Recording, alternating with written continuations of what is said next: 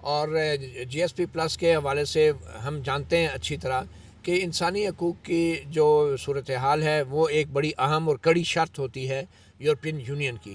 وہ جو کہتے ہیں نا کہ نوکری کی تے نخرہ کی، ایک طرف ہم بھیک مانگتے ہیں اور دوسری طرف ہم یہ کمٹمنٹس دیتے ہیں، وعدے کرتے ہیں، انٹرنیشنل معاہدوں پہ دستخط کرتے ہیں کہ ہم انسانی حقوق کا احترام کریں گے، عدلیہ کی آزادی ہوگی، بولنے کی آزادی ہوگی، اور دوسری طرف ہم جو حرکتیں کر رہے ہیں اور پھر ہم اس بات پہ آ جائیں کہ جی سلمان اور قاسم نے کوئی نامی جو بندے ہیں ان کے کہنے پہ ہمارا سٹیٹس جو ہے ریووک ہوگا. ہماری ریاست کو اتنا کمزور نہیں ہونا چاہیے کہ اپنے تو کیا کوئی باہر کا شاعری بیٹھ کے اگر کوئی بیان دے دے تو ہماری کانپیں ٹانگنے لگ جاتی ہے نا. ہمیں اپنی حرکتوں پر بھی غور کرنا چاہیے. ہم کر کیا رہے ہیں اپنے شہریوں کے ساتھ؟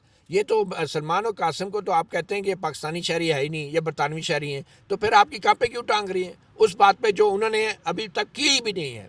تو اس طرح کا میں سمجھتا ہوں پراپیگنڈے کو جس طریقے سے ہم لوگ سیریس لے رہے ہیں، کچھ ہمارے صحافی اور جو خواتین اور مرد صحافی حضرات ہیں وہ سوچے سمجھے بغیر کہیں سے ان کو لائن آتی ہے اور وہ لائن آگے پراپیگنڈا شروع ہو جاتے ہیں کہ جی اس نے یہ کر دیا وہ کر دیا، اور کوئی ان کے پاس شواہد یا ثبوت بھی نہیں ہوتے. تو میرا یہ خیال ہے کہ ہماری ریاست کو بہت مضبوط ہونا چاہیے، اور ڈیفینیٹلی موجودہ سچویشن میں اگر میں بطور ایک صحافی باہر کسی فورم پہ بات کروں گا میں تو ڈیفینیٹلی احتیاط دکھاؤں گا، محتاط ہوں گا، کیونکہ میرے اپنے ایتھیکل مطلب کہ لمٹس ہیں، ویلیوز ہیں، اور ہر شخص کی اپنی ہوتی ہیں. ریاست کسی پہ ٹھوس نہیں سکتی ہیں.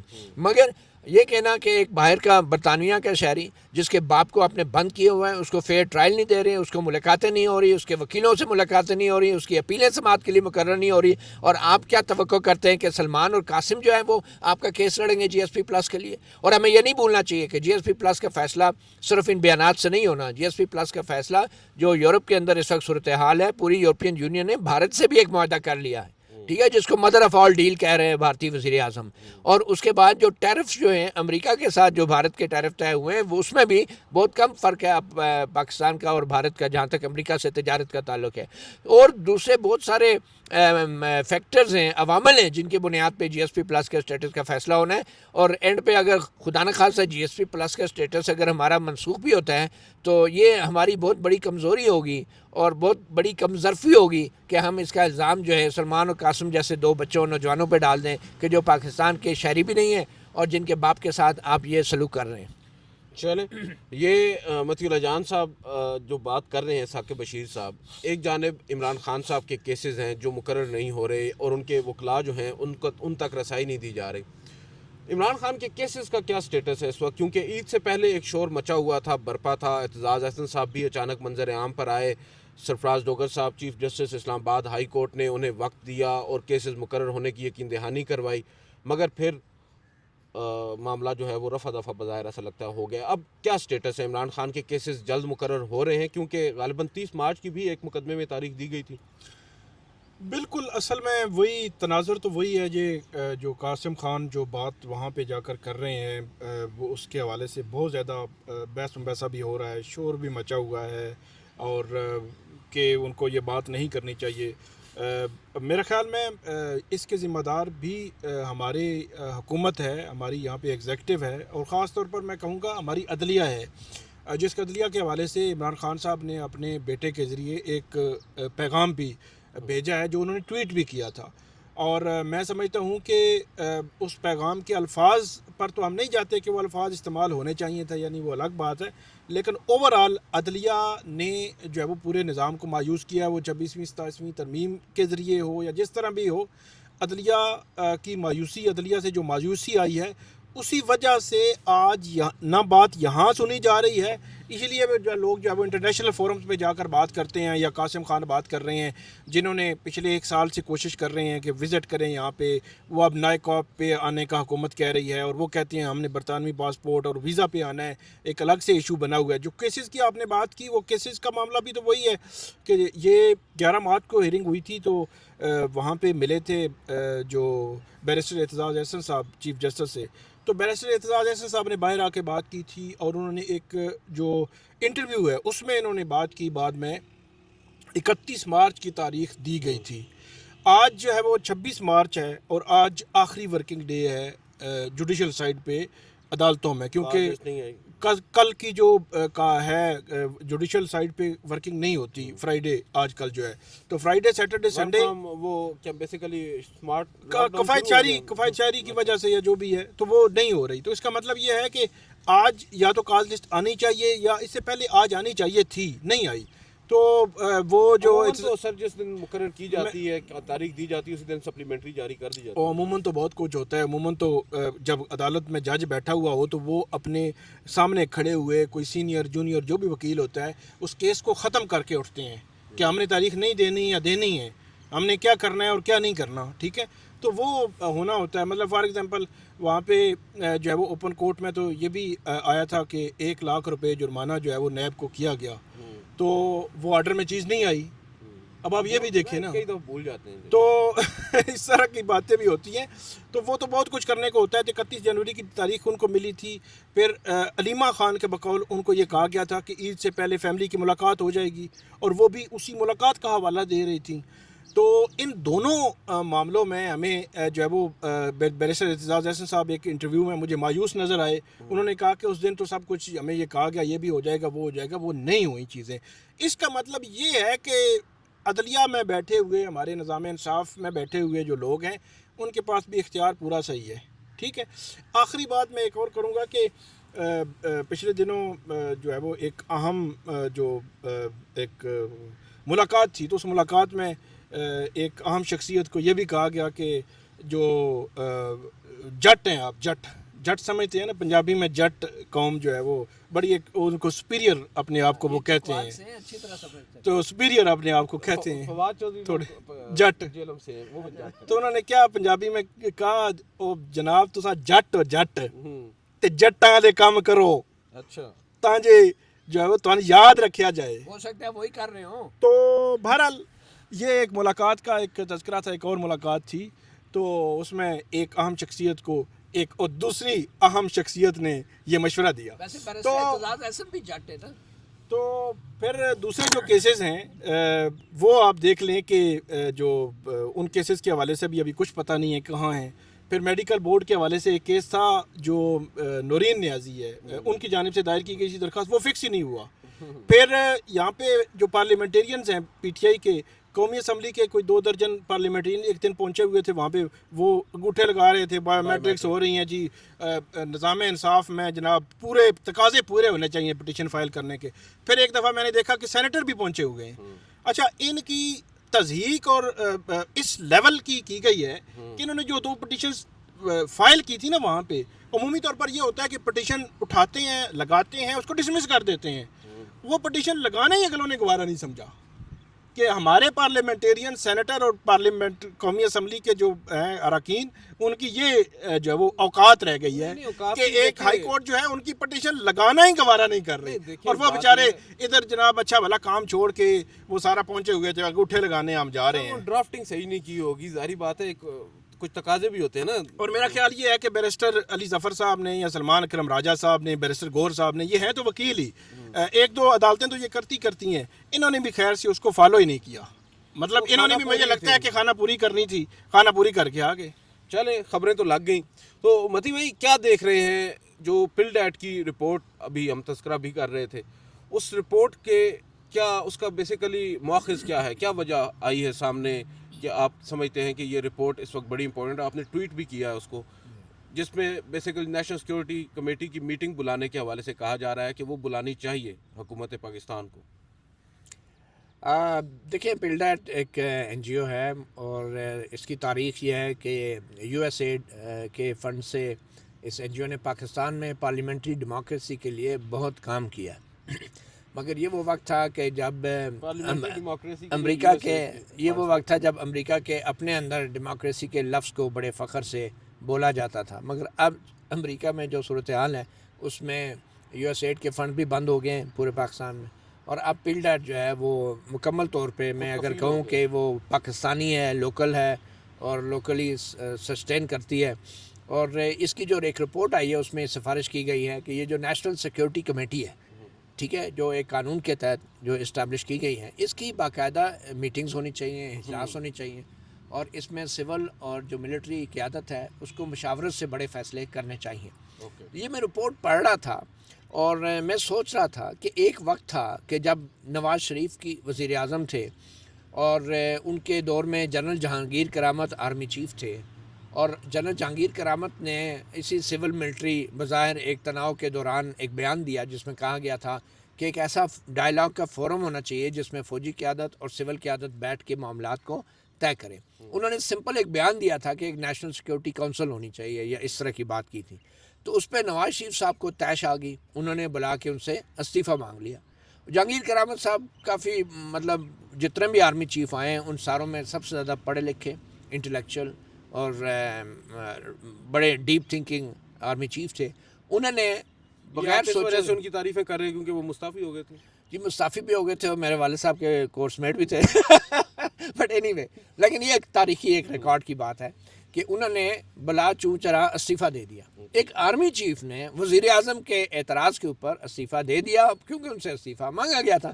اب کوئی ہوتا ہے جنرل مشرف جیسا تو وہ تو بغاوت کر دیتا، لیکن انہوں نے ایسا نہیں کیا. اب صورتحال یہ ہو گیا، یہ وہ وقت تھا کہ جب فوجی قیادت سویلین قیادت سے کہہ رہی تھی کہ یار ہم سے مشورے کر لیا کریں. اب جو ریکمنڈیشن آئی ہے پیل ڈیٹ کی اس سے یہ کلیئرلی نظر آ رہا ہے کہ بڑے بڑے فیصلوں میں سویلین قیادت کو گھاس نہیں ڈالی جا رہی، ان کو پوچھا بھی نہیں جا رہا. اور اب پیل ڈیٹ جیسی این جی او کے ذریعے جو موجودہ سویلین حکومت ہے وہ بھیک مانگ رہی ہے اور انڈائریکٹلی یہ کنونس کرانے کی کوشش کر رہی ہے فوجی قیادت کو کہ جناب جو آپ بڑے فیصلے کر رہے ہیں اس میں نیشنل سیکورٹی کمیٹی میں بھی آ جایا کرے، کم از کم اس کا ہم اجلاس بلا لیتے ہیں. تو آپ کی رائے نا جو گورنمنٹ یہ چاہ رہی ہے، ہو دیکھیں سکتا ہے آپ مجھے بتائیں، وہ انڈیپینڈنٹ ادارہ ہے سر. دیکھیں نا مجھے آپ یہ بتائیں کہ اتنے بڑے بڑے فیصلے ہوئے ہیں، افغانستان کے ساتھ جنگ ہو گئی ہے، ٹھیک ہے، امریکی صدر آپ کے فیلڈ مارشل کو ٹیلی فون کر رہے ہیں، بڑے اہم اور حساس معاملات پہ ڈسکشن کر رہے ہیں. ایران پہ امریکہ نے حملہ کر دیا ہے، تو کیا مطلب کہ کیا نیشنل سیکورٹی کمیٹی کے اجلاس میں سارے فیصلے نہیں ہونے چاہیے تھے؟ کیا پارلیمنٹ کو اعتماد میں لیا گیا؟ کیا وفاقی کابینہ کو ان تمام فیصلوں کے حوالے سے اعتماد میں لیا گیا؟ نہیں لیا جا رہا نا. اس سے واضح ہے کہ مشاورت تو دور کی بات، وزیر اعظم شہباز شریف کو نیشنل سیکورٹی کمیٹی کا اجلاس بلانے کی بھی اجازت نہیں ہے. تو مجھے آپ یہ بتائیں اگر بلا لیا جاتا نا، مجھے تو کلیئرلی نظر آ رہا ہے کہ وہ اب اس طرح ضرورت پیش نہیں آئی ہوگی نا سر. دیکھیں ہم کیوں یہاں پر اخذ کر لیں کہ وہ نہیں بلا. نہیں بالکل آپ ٹھیک بیلنس کر رہے ہیں. میں صرف یہ کہہ رہا ہوں کہ یہ جو رپورٹ ہے اس کے اندر واضح طور پہ نظر آ رہا ہے کہ اب این جی او جو ہے کہہ رہی ہے فوجی قیادت کو کہ خدا کے لیے یہ شہباز شریف جیسے جو سویلین قیادت ہے ان سے بھی پوچھ لیا کرے بڑے فیصلوں میں. اب دیکھیں نا امریکی صدر ٹرمپ جو ہے وہ شہباز شریف کو تو فون نہیں کرتا، حالانکہ یہ پروٹوکال کے منافی ہے. چیف ایگزیکٹو تو چیف ایگزیکٹو بات ہونی چاہیے نا، جو ایک پروٹوکال ہے. آپ مجھے بتائیں کہ شہباز شریف جو ہے وہ اگر امریکہ جاتے ہیں تو اگر ان کی ملاقات صدر ٹرمپ سے نہ ہو اور شہباز شریف کے جو آئینی اور قانونی طور پہ جو ماتحت افسران ہیں ان کو لنچ پہ بٹھا کے تفصیلی گفتگو کی جائے تو پھر اس سے آپ کیا مطلب لیں گے؟ تو پیل ڈیٹ کی جو رپورٹ ہے بیسیکلی یہ وہ ستم ظریفی ہے کہ جس میں کسی وقت میں سویلین حکومت جو ہے فوجی قیادت سے مشاورت نہیں کرتی تھی، اور اب حالت یہ ہو گئی ہے کہ اب جو ہے فوجی قیادت جو ہے بڑے فیصلوں میں بظاہر جو مجھے لگ رہا ہے وہ مشورہ نہیں کرتی. یہ ایک قسم کا پوئٹک جسٹس کہہ لیں، بلکہ یہ پوئٹک بھی نہیں ہے، یہ اس سے کچھ آگے جا کے بات ہے. اور حکومت بھی وہی نواز شریف کی ہے، کہہ تو یہی رہے نا جی نواز شریف صاحب. نواز شریف کی نہیں ہے، نواز شریف ہوتے تو آج آپ دیکھتے سر. ایسی بات نہ کریں، وہ اسی لیے نہیں ہے. اس کا ایک اور اینگل یہ بھی ہے کہ جو بات متی صاحب کر رہے ہیں یا پیل ڈاٹ کہہ رہی ہے وہ بھی ٹھیک ہے، لیکن دوسری طرف ہم دیکھتے ہیں کہ اسی حکومت کے بڑے بڑے وزیر وہ پبلکلی آ کر اس سارے معاملے کی تعریف کرتے ہیں اور ہائبرڈ نظام اس کو کہتے ہیں، ویلکم کرتے ہیں، اور وہ ان کی جانب سے اس قسم کا کوئی مطالبہ جو ہے وہ کہیں پہ ہمیں جو نظر نہیں آتا کہ وہ مطالبہ بھی ایون کر رہے ہیں. ہونا تو نہ ہونا بات کی بات ہے، مطالبہ بھی نہیں کر رہے. اس کا مطلب یہ ہے کہ حکومت جو ہے وہ کہہ رہی ہے جو کچھ ہو رہا ہے بہترین ہو رہا ہے، کیونکہ اس سارے معاملے میں جو حکومت کو مل رہا ہے، اس گورنمنٹ کو مل رہا ہے، اس کا اقتدار جو ہے وہ قائم دائم ہے. یہاں پہ سر عطا تارڑ صاحب کے کچھ بیانات سامنے آئے تھے، اگر آپ بات کر لیں. میں نکال لیتا ہوں.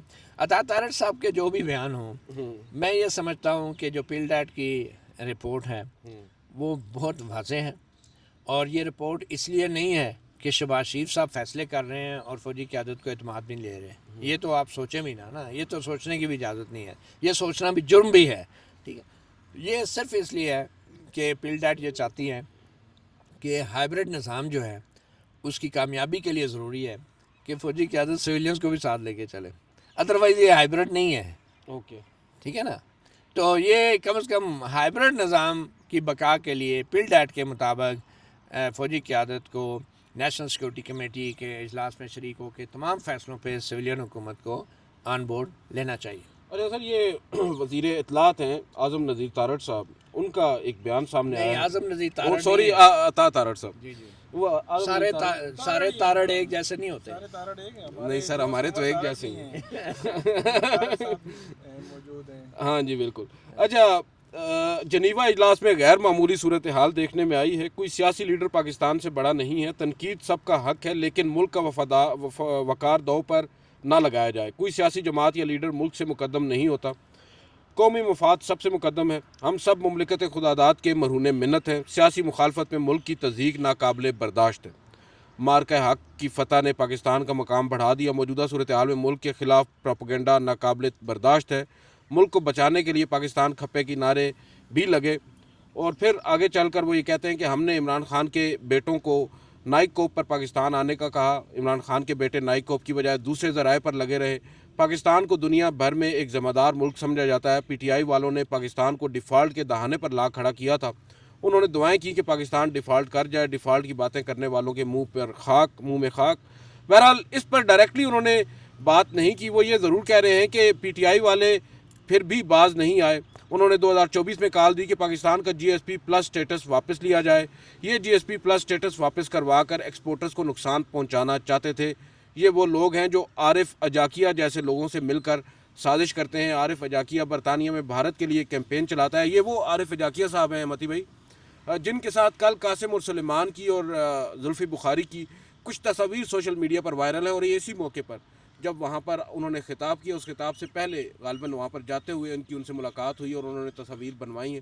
تو اس پر بھی اب تنقید ہو رہی تھی، اور اب باقاعدہ طور پر حکومت پاکستان بھی ان کا نام لے رہی ہے.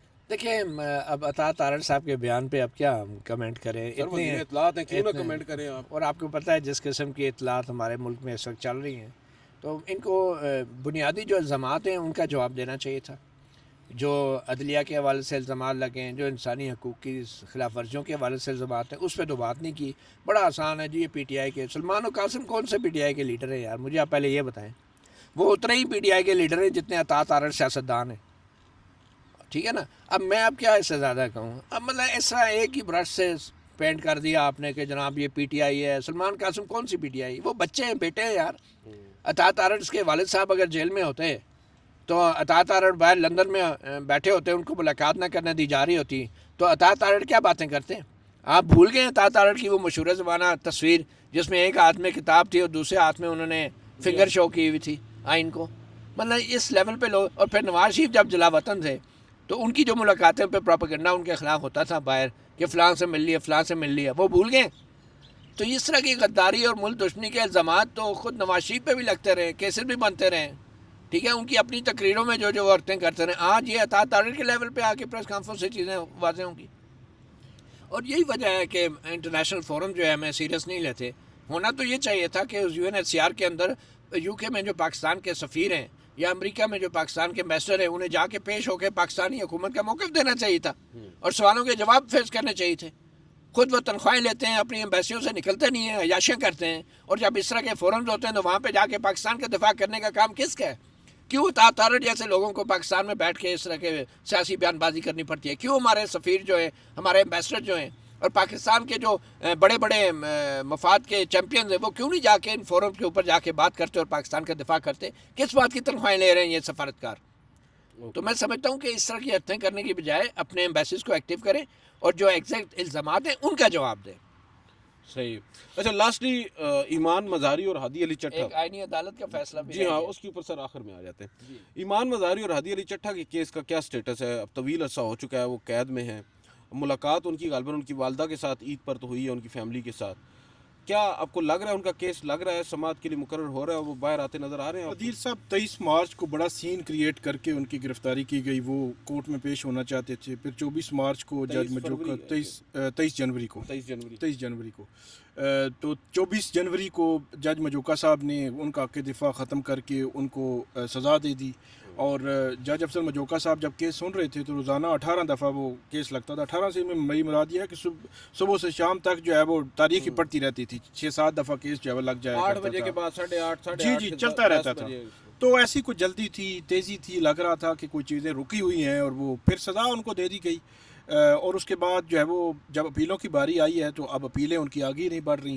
شروع میں کیس لگا, اس میں نوٹس ہوئے, سزا معطلی کی درخواستیں آپ بے شک مسترد کر دیں, لیکن سزا معطلی کی درخواستیں سنی تو جا سکتی ہیں نا, سماعت تو ان پہ ہو سکتی ہے. 27 فروری کو جو جج آصف صاحب تھے, جسٹس آصف صاحب, جن کے بیٹے سے 2 بچیوں کا جو ہے وہ ان کی گاڑی کی ٹکر سے ڈیتھ ہو گئی تھی, تو جج آصف صاحب نے جو ہے وہ اس پہ انہوں نے کہا جی یہ دوسرے بینچ کو بھیج رہے ہیں, تو سملر نیچر کا کیس ہے. ایک اور بینچ سن رہا تھا جسٹس اعظم صاحب کا, حالانکہ سملر نیچر کا کوئی کیس نہیں سن رہا تھا. پہلے دن سے اپیل گورنمنٹ کرتی رہے نا, پہلے دن سے اپیل جسٹس آصف صاحب سے سننا شروع کی. کوئی سملر کیس کسی اور بینچ میں نہیں تھا. حکومت جو ہے وہ کرتی رہے. فرض کریں کہ اگر ایمان مزاری اور یہ لوگ اگر درخواست کرتے, جیسے جہانگیری نے سرفراز ڈوگر صاحب کے سامنے اعتراض کیا تھا تو وہ اعتراض ایکسیپٹ ہوا تھا. بتائیں نا, مطلب ویلڈ پوائنٹس تھے کہ جناب میں آپ کے خلاف سپریم کورٹ میں کیس لڑ رہا ہوں, تو انہوں نے کہا نہیں یہ فیصلہ ہم نے کرنا ہے, کیونکہ سپریم کورٹ کے فیصلے ہیں کہ یہ جج فیصلہ کرے گا کہ میں انصاف کر سکتا ہوں یا نہیں کر سکتا. تو وہ ڈوگر صاحب نے کہا جی میں کر سکتا ہوں تو میں ہی سنوں گا. تو وہاں تو یہی ہے, یہاں تو صرف گورنمنٹ نے ایک جو ہے وہ ایسی انفارمیشن دے دی جو بیس ہی نہیں کرتی کہ اس قسم کا یہ اپیل کبھی بھی کسی اور بینچ میں نہیں لگی تھی. اس بنیاد پہ کوئی وجہ نہیں تھی, یہ دوسرے بینچ کو انہوں نے بھیج دیا. بینچ آج تک نیا بینچ تشکیل نہیں دیا. میں نے چیک کیا 2 دفعہ انہوں نے ارلی ہیئرنگ کی درخواست دائر کی ہے, وہ درخواستیں ہی اب نہیں لگ رہی. تو کہنے کا مقصد یہ ہے کہ جب جو ہے وہ 2 ماہ ہو گئے ہیں, 62-63 دن ہو گئے ہیں آج ایمان مزاری اور ہادی علی جٹھا کو جیل میں, تو ان کا کیس, ان کی سزا معطلی کی درخواستیں سنی تو جانی چاہیے تھیں. ان کا اتنا حق تو ہے, دونوں وکیل ہیں. اور مجھے افسوس ہوتا ہے اسلام آباد ہائی کورٹ بار پہ, اسلام آباد ڈسٹرکٹ بار پہ, اسلام آباد بار کونسل پہ, کہ یہ 3 وکیلوں کی تنظیمیں ہیں اور یہ تینوں موڈے سے موڈا ملا کے حکومت کے ساتھ چل رہی ہیں, اعظم نذیر تارڑ صاحب کے ساتھ چل رہی ہیں, جوڈیشری کے ساتھ چل رہی ہیں. جو اس وقت جو نظام چل رہا ہے اس ملک میں اس کو کندھوں پہ اٹھایا ہوا ہے, اس کے ساتھ چل رہی ہیں.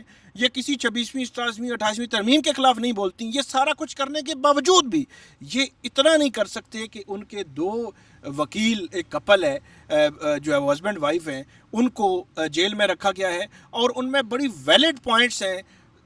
ہر چیز چھوڑ دی جائے تو ایک ججمنٹ میں انہوں نے جو ججمنٹ سنا کر جج مجوکا صاحب نے 24 جنوری کو 27 جنوری کو تبدیل کی, یہی ایک بڑا ڈنٹ ہے اس میں. اس بنیاد پر ہی ان کی سزا جو ہے معطل ہو سکتی ہے. لیکن وہ وکیل بھی ایسے لگتا ہے کہ وہ وکیل, بولنے والے وکیل بھی اب جو ہے وہ نہیں رہے, اور وکیلوں کی جانب سے بھی اس قسم کی آواز نہیں اٹھائی جا رہی, اور ان کا کیس جو ہے وہ کھٹائی میں پڑا ہوا ہے. تو مطیع اللہ جان صاحب, کیا آپ کو لگتا ہے کہ ان کا کیس کتنا عرصہ مزید کھٹائی میں ہی پڑا رہے گا یا مقرر ہو بھی سکتا ہے جلد؟ آپ ایمان اور ہادی کی کیس کی بات کر رہے ہیں. آپ مجھے یہ بتائیں کہ جج مجوکا صاحب جو ہر گھنٹے بعد کی تاریخ رکھتے تھے, ٹھیک ہے, اور دنوں کی بھی نہیں کہ 10 بجے آ جائیں, 12 بجے آ جائیں, 2 بجے آ جائیں, 3 بجے آ جائیں, تو وہ جج مجوکا صاحب ہائی کورٹ میں کیوں نہیں ہیں؟ میرے خیال میں اس فیصلے کے بعد انہیں ہائی کورٹ میں بھی آ جانا چاہیے کہ تاکہ اپیلوں کے جلد فیصلے بھی ہوں.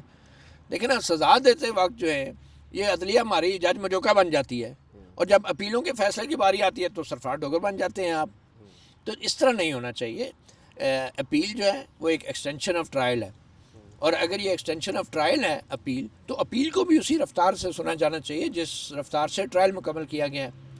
تو مجھے تو واضح طور پہ بدنیتی نظر آ رہی ہیں, اور بدقسمتی سے ہمارے آئین اور قانون میں یہ واضح نہیں ہے کہ جب ایک جج جو ہے جسٹس کو ڈیلے کرنے کے لیے, کیس سماعت کے لیے مقرر ہی نہ کرے, تو اس کی ریمیڈی کہاں ہے؟ اس کی ریمیڈی کدھر ہے؟ کہ آپ کیس لگا ہی نہیں رہے, تو کیا کوئی بھی چیز ریمیڈی لیس ہو سکتی ہے؟ مجھے بتائیں, نہیں ہو سکتی. اس سے زیادہ تاخیر کیا ہوگی کہ دیکھیں جس طریقے سے عمران خان اور بشرا بی بی کی اپیلیں, وہ ہائی کورٹ میں کوئی سننے والا نہیں ہے. اور آپ سپریم کورٹ میں اس لیے نہیں آ سکتے کہ ہائی کورٹ میں کوئی فیصلہ ہوگا تو سپریم کورٹ میں اپیل ہوگی نا. تو اس سچویشن کو بھی ریمیڈی کرنے کی ضرورت ہے. اس سچویشن کو بھی آئین کی تشریح کر کے یہ اسٹیبلش کرنے کی ضرورت ہے کہ اگر کوئی کیس جان بوجھ کے نہیں لگایا جا رہا تو اس کی اپیل بھی سپریم کورٹ میں ہونی چاہیے. اگر کوئی کیس جان بوجھ کے سیشن کورٹ میں نہیں لگایا جا رہا تو اس کی اپیل ہائی کورٹ میں ہونی چاہیے کہ کیوں نہیں لگایا جا رہا. اور یہ وہ سپریم کورٹ ہے جہاں جسٹس حاکم نثار جیسے ججوں نے بھی ایسے فیصلے دیے ہیں کہ جن میں کرمنل اپیلوں کے فیصلے کے لیے باقاعدہ ٹائم لائن دی گئی ہے. اپنے سپریم کورٹ کے وہ فیصلے موجود ہیں. یہ میں بات کر رہا ہوں 6-7 سال پرانے حاکم نثار کے فیصلے کی جس میں انہوں نے کہا تھا کہ کرمنل اپیلوں کا ایک ٹائم لائن ہونی چاہیے اور اتنے جلدی تمام عدالتوں کو ڈیسائیڈ کرنا چاہیے. اس پہ بھی نہیں عمل درآمد ہو رہا. تو مجھے یہ بتائیں کہ اس بدنیتی کا حل کیا ہے. اس بدنیتی کا وہ کہتے ہیں justice delayed is justice denied. تو ہیئرنگ ہوگی تو جسٹس ہوگا نا. جب ہیئرنگ ڈیلیڈ ہوگی تو اس کے اوپر کیا ریمیڈی ہے. تو میرا یہ خیال ہے کہ اب وقت آ گیا ہے کہ ہماری حکومت اور ہماری پارلیمنٹ اپنے ذاتی مفادات کے لیے قانون سازیاں کرنے کی بجائے عوام کو انصاف دینے کے لیے قانون سازیاں کریں. اس وقت میں آپ کو اسی بات سے آگے لے کے چلتا ہوں کہ ہماری آئینی عدالت جو بنائی گئی تھی وہ اب ثابت ہو گیا ہے یہ مقصد کہ آئینی عدالت بنانے کا مقصد صرف 27ویں ترمیم اور 26ویں ترمیم کے ذریعے یہ نہیں تھا کہ آئین کی تشریح کرنا اور لوگوں کو انصاف دینا. اس کا مقصد وہی تھا جو اب ہم دیکھنے کو مل رہا ہے کہ عمران خان کی اپیلیں جو ہیں اور جو ریٹ درخواستیں ہیں پی ٹی آئی کی وہ جو ہیں ان ججوں کے سامنے لگائی جائیں جن کی تعیناتی اور تقرری شہباز شریف جیسے وزیر اعظم اور سیاستدان کریں گے. اور اب اس وقت حالت یہ ہے کہ آئینی عدالت کے اندر میں آج ہی پڑھ رہا تھا کہ ایک آئینی عدالت نے آئین کی تشریح کرنے کے بجائے اب شادی اور طلاقوں کے فیصلے بھی کرنے شروع کر دیے. اور ان کے سامنے آ گیا تو کیسے آیا؟ کیا آئینی عدالت اس کام کے لیے 30 لاکھ روپے وہ تنخواہ لے رہے ہیں وہ یہ فیصلہ کریں کہ یہ کرسچن بچی نے مسلمان 30 لاکھ سپریم کورٹ کی ان کی زیادہ ہے 40 اچھا 40 لاکھ روپے تنخواہ لے رہے ہیں کہ ایک کرسچن بچی نے عیسائی بچی نے ایک مسلمان سے شادی کر لی ہے. اس کے باپ نے کہا کہ اس کی عمر کم تھی, اس کو غیر قانونی طور پہ اغوا کیا گیا اور وہ نیچے عدالتوں میں کیس لڑتا رہا اور وہ عدالتوں میں سیشن کورٹ سے اوپر ہائی کورٹ میں معاملہ آیا اور ہائی کورٹ میں آنے کے بعد یہ آئینی عدالت میں کیسے آ گیا؟ اس کا باپ آنا چاہیے اس کو تو سپریم کورٹ میں آنا چاہیے تھا. اور آئینی عدالت نے بھی یہ نہیں کہا کہ آپ ہمارے پاس کیوں آئے. اور مزے کی بات یہ ہے کہ آئینی عدالت نے کسی آئین کی شک کی تشریح نہیں کی.